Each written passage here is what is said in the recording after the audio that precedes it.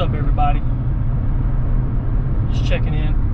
Hope everyone had a good Christmas, New Year's Eve, New Year's Day, all that good stuff. I'm in the wife's Hyundai today.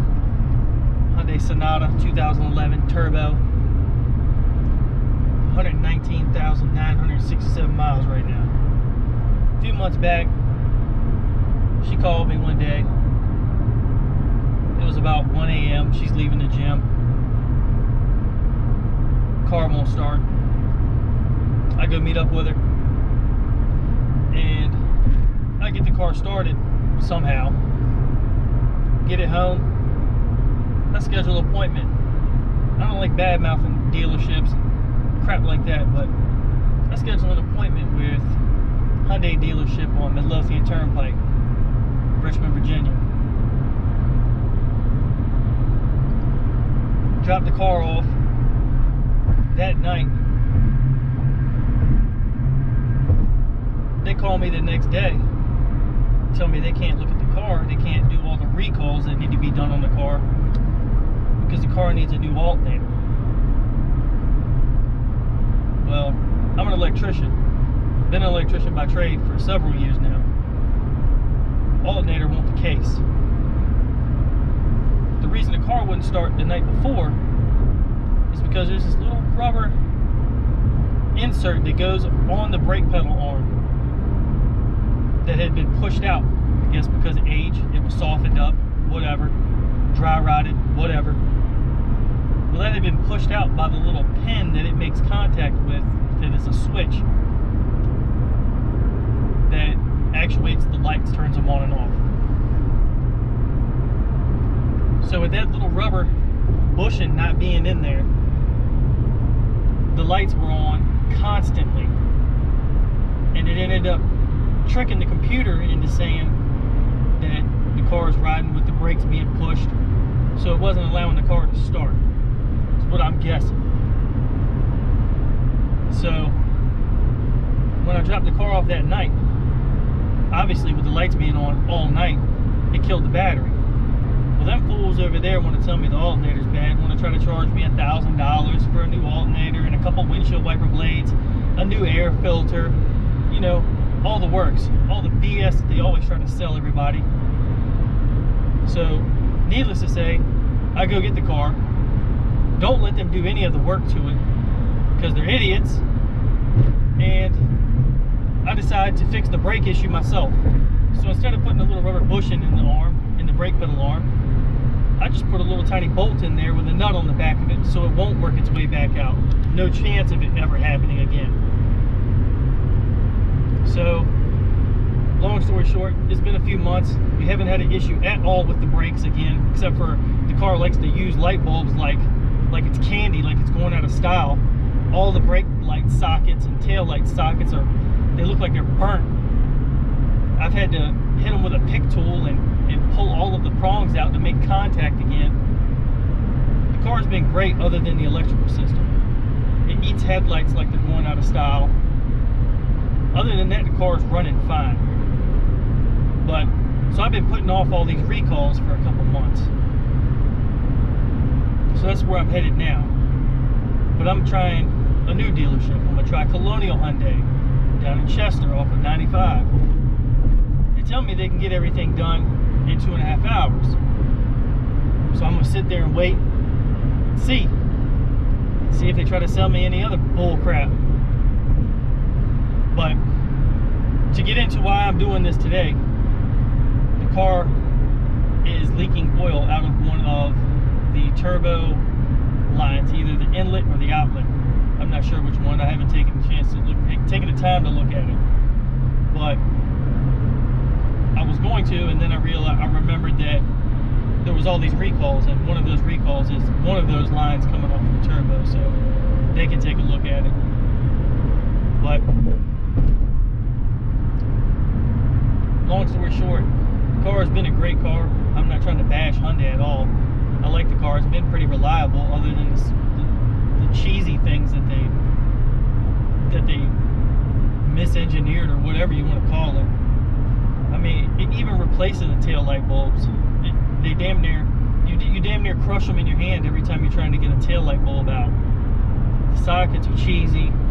It's just bad design. But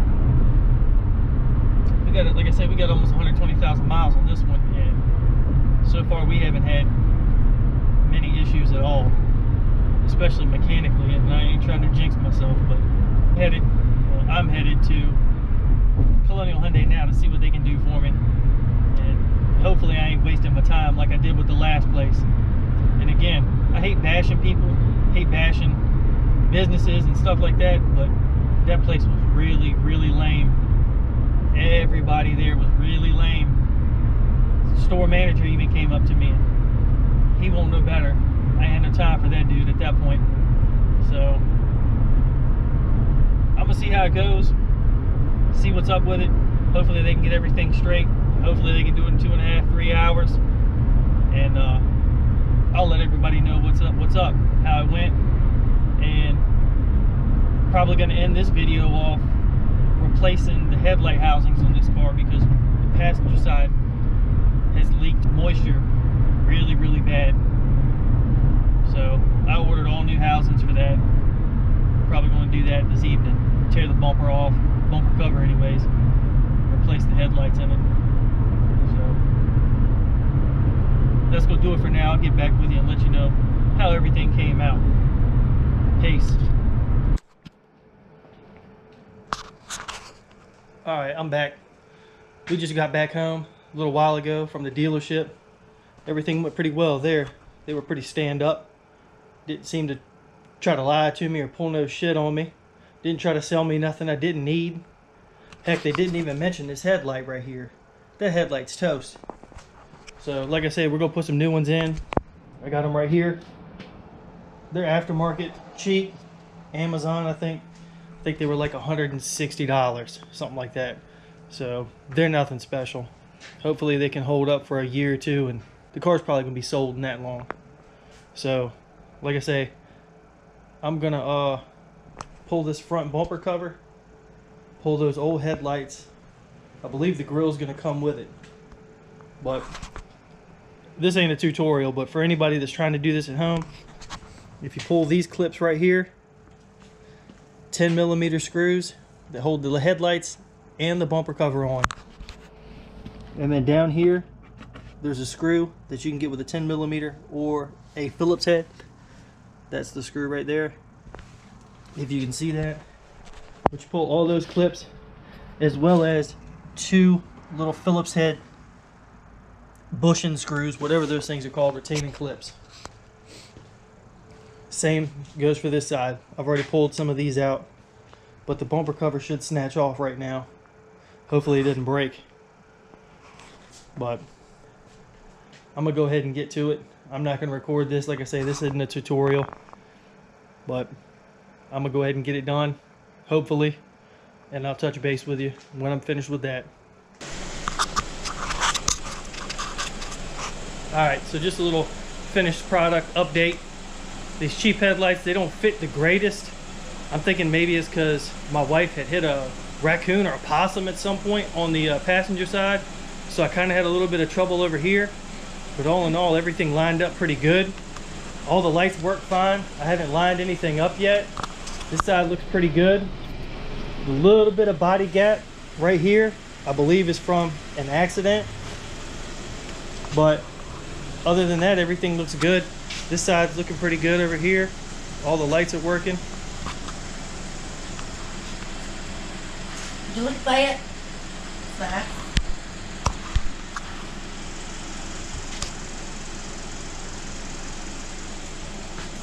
How do they look, Ricky? They look pretty nice. Look pretty nice? Yeah. I'd tell somebody to look at this. Oh, look at that. Yeah, look by it. Look at it. We're just looking at it. But yeah, all in all, everything came out pretty good. You know, I think we got it done in like 25 minutes, start to finish. So it ain't no biggie. Like I say, it won't no tutorial, but it ain't bad. It's literally like 6 or 8 10mm screws and a couple little push pin screws. And that's it. It ain't nothing to it. So, thanks for watching this video. Y'all have a good one. Peace.